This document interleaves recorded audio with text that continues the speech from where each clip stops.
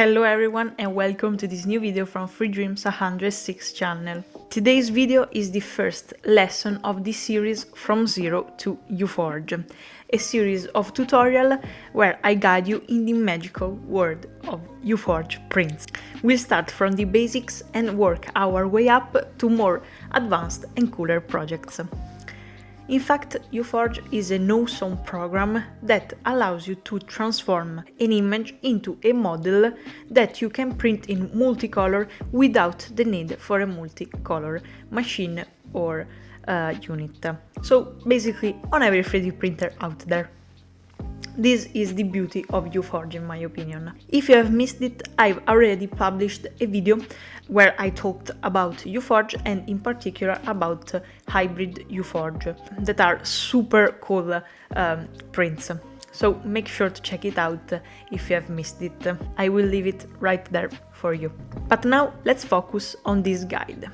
Today we are going to talk about the basics of HueForge, so all you need to know to get started with this software. We'll take a look at how HueForge works, how you can create your first HueForge, how you can slice it, and how you can calibrate a filament that you might own that is not already in the library. So let's cut the chase and get right into it.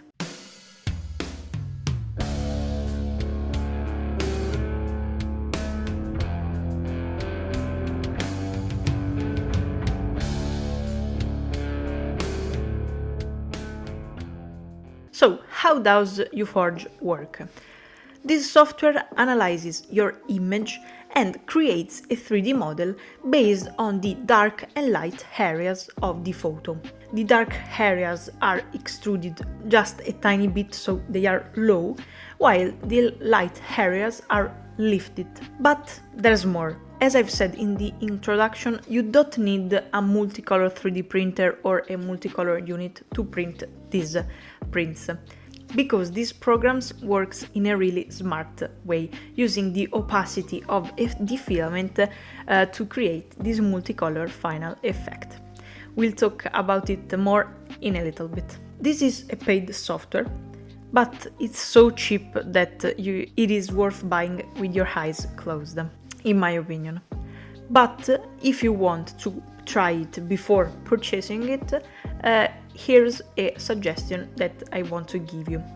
If you type HueForge in any 3D model repository out there, you will find a ton of models that are created with HueForge and that have been uploaded by the community. So you can effectively understand if you like the final result of these prints and if the software is worth for you. If you're wondering what all these licenses are for, let me explain it briefly. The personal license is the cheapest of all, and it's probably the one that most of you will purchase. In fact, the limited commercial license and the professional commercial plan are for those who want to sell either 3D prints or files created with HueForge. So, if you just want to use this program for fun, you can simply buy the personal license that have lifetime access to this software. Furthermore, 2 years of updates are included in this license. Once you buy it, you will be able to download the software from a link that the system will send you. Once downloaded, you need to extract the files that are in the zip file in a new folder on your computer system or location that you like. Now let's get into the action. So let's open the software. We'll use the latest version at the time of recording, that is the 074. Here is the interface of HueForge that we'll analyze in our tutorials. To start creating a model, we need to drag an image into the software. So you can also use an example included in the folder of HueForge by simply clicking on Open image. Let's select one of the most common photos used for HueForge examples. As you can see, when I select an image, the software will load it and put it in the right panel, while on the left it will create a preview of the 3D model. As you can see, by default, the preview is using grayscale filaments, but now we'll add some more colors. For example, let's try to recreate the image that we have selected. We can see there's some orange, light blue and brown. We can find these filaments in the library, that is this panel right there, and drag them on the bottom section of the software.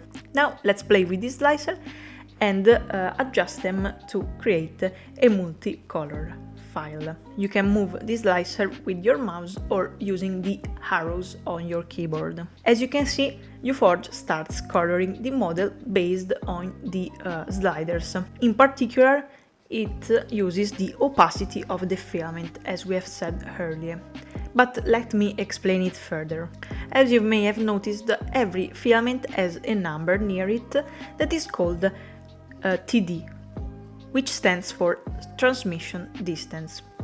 This value basically measures how opaque or transparent is a filament, so how much light can pass through our spool. The lower the TD value, the less light can pass through our filament. HueForge uses this data to generate the gradient and the final color effects of our print in the preview and for the instruction that we will later take a look at. Obviously, every filament has its own TD, and we'll see in a little bit how to find the transmission distance of a filament that is not present in the library already, but you can simply add it.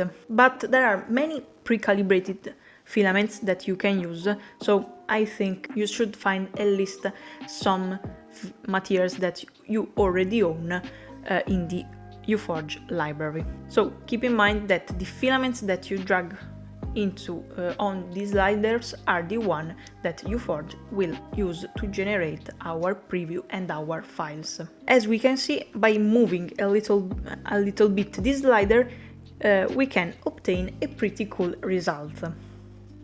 Obviously, there are some areas that could be refined, but it's a pretty good start in my opinion. Here you can see a layer preview of how the colors were stack on top of each other. If you hover over the image, the software will automatically highlight the area where the color should be in the final model. This is really helpful, especially for beginners that can better understand how to arrange the sliders with the different colors. Generally speaking, the darker colors will be used before the lighter colors. For example, in the vast majority of your HueForge prints, you will use the black as a base and the white for the last color. So, when we reach a result that we like, we can export the model and the instructions to print it. To do that, we need to click on Save on File and Save Project. When we do that, HueForge will save 4 different files: a HueForge project, the original image, the 3D model, and the instructions that we'll need to prepare our file for printing. So now let's hop to the slicer and see how to tweak our slicing profile to print these models. I will use Orca slicer for this tutorial, but of course you can use whatever slice you like most. In fact, these settings that I'm going to show you are common between the different slicing softwares, and all these programs have the ability to add a pause to the G-code. First of all, we need to set the right layer height. As you can see, we can modify this value in HueForge to obtain a finer result, but by default the base layer height is set to 0.16 millimeters, while the layer height of the next layers is set to 0.08 millimeters. Then let's modify the walls value that need to be set to 1. On the other hand, infill needs to be set to 100% with a rectilinear pattern. Now we can slice the model and finish to prepare the file. To do that, we need to add the poses for the layer for the color changes. In this step, it is important to reference the instructions that have been saved when we have saved the project. So we'll start printing with black, then at layer 8 we'll change to brown, at layer 11 we'll change to darker gray, and so on. This is how you read the text file that HueForge generates. Now we need to add a pose to the corresponding layers. Most of printers out there will use M600 as the code to trigger the pose, but some other may use M0, or on Clipper machine you can also type pose. If you're not sure what code your printer uses, you can simply do a research online and you will surely find the answer. So, how do you add posings in Orca Slicer? You simply take the slider to the desired layer, right-click on the plus icon and select Add Custom G-Code. In this pop-up panel, you can write the code that we have just talked about. For example, for my K1, I will add the word pose. Once we have added all the necessary poses, we can export the G-code and let the machine print it. When the printer reaches the layer with the pose, it's going to stop printing, so you can swap this pose and resume later the process. So here are all the settings that you need to successfully complete your HueForge print. You can tweak them further by slowing down prints, for examples, but I usually use my standard profile to print and change only those settings that I've just mentioned. Before wrapping the video, let me show you how you can add some custom filaments to HueForge. First of all, drag the step test square in the slicer. You can find it in the tools folder of HueForge folder. Slice it with the settings that we have just saved and add a single pose at 1.04 millimeters layer height. That should be the layer 12. Then you can print the file using a black or a white as the base and the color that you want to add to the library. It's important that you use a white or black that is already present in the HueForge library. Once you have printed this simple and quick file, we can get back to HueForge to add this new filament. To do that, disable all these sliders by clicking right there and add only the black or white that you have used as the base for this model. Then click on New Filament, pick a color that resembles the spool that you have on hand and set the material and the name. Then you can click on Add and Close. Now drag this new filament on a new slider. Move the black slider to 1.04 millimeters.